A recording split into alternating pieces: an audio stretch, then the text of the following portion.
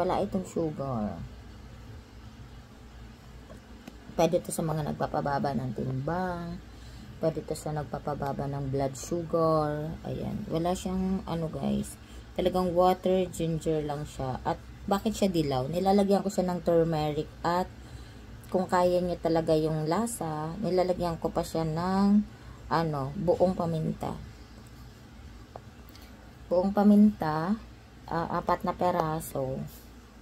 Turmeric, kaunti lang. Tapos, ayun, yun yung marami ko, yung ginger. Kasi gustong gusto ko yung medyo maanghang-anghang siya. Tsaka sobrang init niya habang iniinom ko siya. Kasi pag umaga, diba, lalo na pag malamig, parang gumuguhit talaga yung init niya papunta sa, ano mo, sa buong katawan mo. So, yan. Kinasanayan ko na kasi dati pa man sa Bicol, mahilig na kaming gawa ng mga ganito. So, mahilig talaga ako sa herbal or organic na mga product. Sa mga herbal yan. Mahilig ako sa ganyan. Mahilig din ako mag-cleanse, mga cleansing, ganyan. Ayaw ko sa gamot. Feeling ko yung kidney ko yung magsasuffer pag uminom ako ng gamot.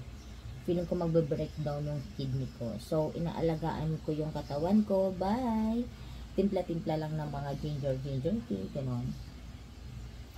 Pero ayaw ko naman din guys, nung mga nabibili na ginger tea sa tindahan.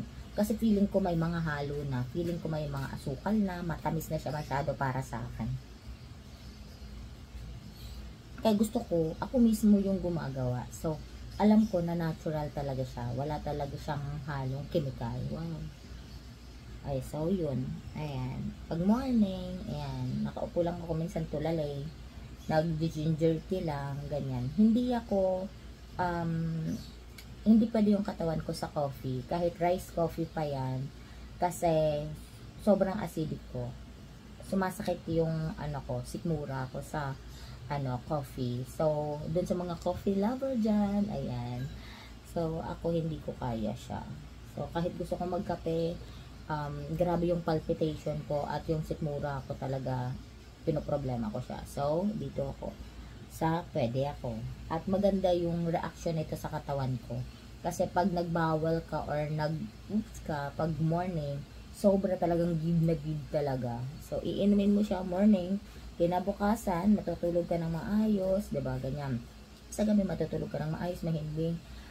No overthinking na minsan kasi habang natutulog tayo, yung utak natin nag-iisip pa rin or yung mind natin, sige pa rin yung trabaho, diba? So, ito, makakatulog ka ng maayos, peaceful, yung restful talaga, yung pagising mo is hindi ka pagod. Meron kasing tulog na pagising mo, parang pagod na pagod ka pa rin. So, this one, it helps. Pag mo talaga, pagising mo talaga, maganda yung tulog mo. Maganda yung pakiramdam mo. Alam niyo guys, na-realize ko din na para tayo dapat dogs, yung dogs, diba, kumakain lang sila 1 or twice a day. And then, matagal yung buhay nila. So, dapat, kung gusto natin tumagal yung buhay natin, kumain lang din tayo ng limit. And then, kumain lang din tayo ng once or twice a day. Pero, wag naman yung once or twice nga, ka naman, nag-buffet ka naman, gano'n. Wala din. So, kaya sinasabing once or twice kasi nililimitahan yung pagpasok ng pagkain sa katawan natin para may time pa or meron pang space for cleansing yung katawan natin. So, yun lang guys. Yun lang yung na-realize ko. Kaya, kasama sa pag-inom na ito, ang pag-reduce or pagbawas ng pagkain, pagbawas ng meal, ganon.